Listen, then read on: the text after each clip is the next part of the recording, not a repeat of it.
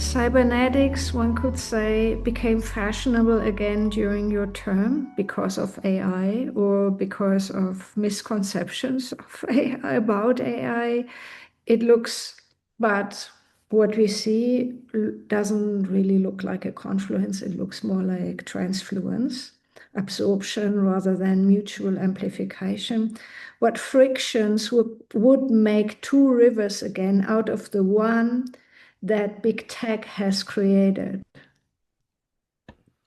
I love the metaphor of confluence, the idea of rivers strengthening each other and coming together rather than giving up identity and so on. This word fashionable is a trigger for me. Yes, fashionable in the positive sense of it being spoken about, curiosity being raised about it, the validity of cybernetics, I believe, coming to the fore, but also the negatives. It's a fashion, it's passing, it's here, it's gone, it's the surface, it's not the depth.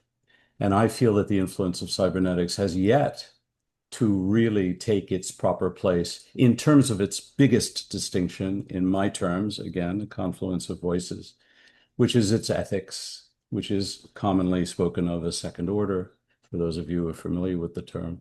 But the idea that responsibility comes with the awareness that when we look at a system and we say, it's doing this, that's me and we who are saying that. And that assertion must come with the responsibility to say, I say, rather than it is true. And we have a wonderful history with Heinz and many others, Heinz von Forster and many others. So, yes, there has been this extraordinary, I think, surge of interest in AI. I think it's for a number of reasons.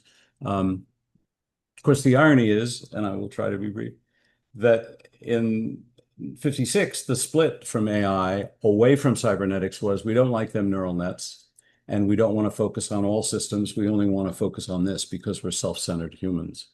And they paid a price for that. And the price was in part to have to return to nets in the 80s. And then in the 2000s, when there was enough data and enough hardware, GPUs in those days, to make the nets work.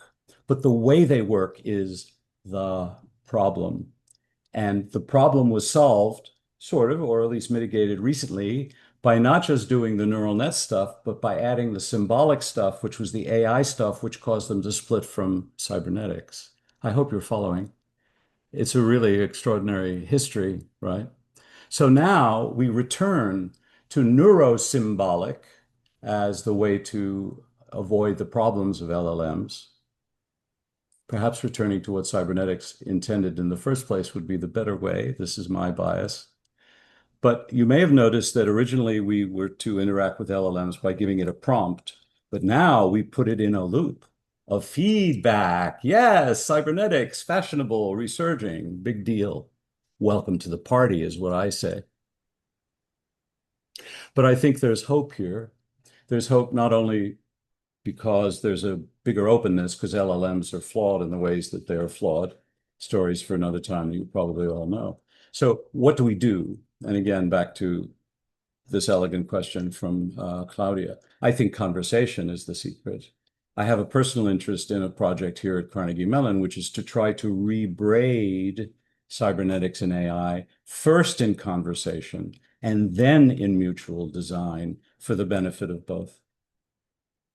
And to not lose the ethics of second order, to not lose the fact that it's not the machine that's doing the things, it's the people who make the machine who are doing the things.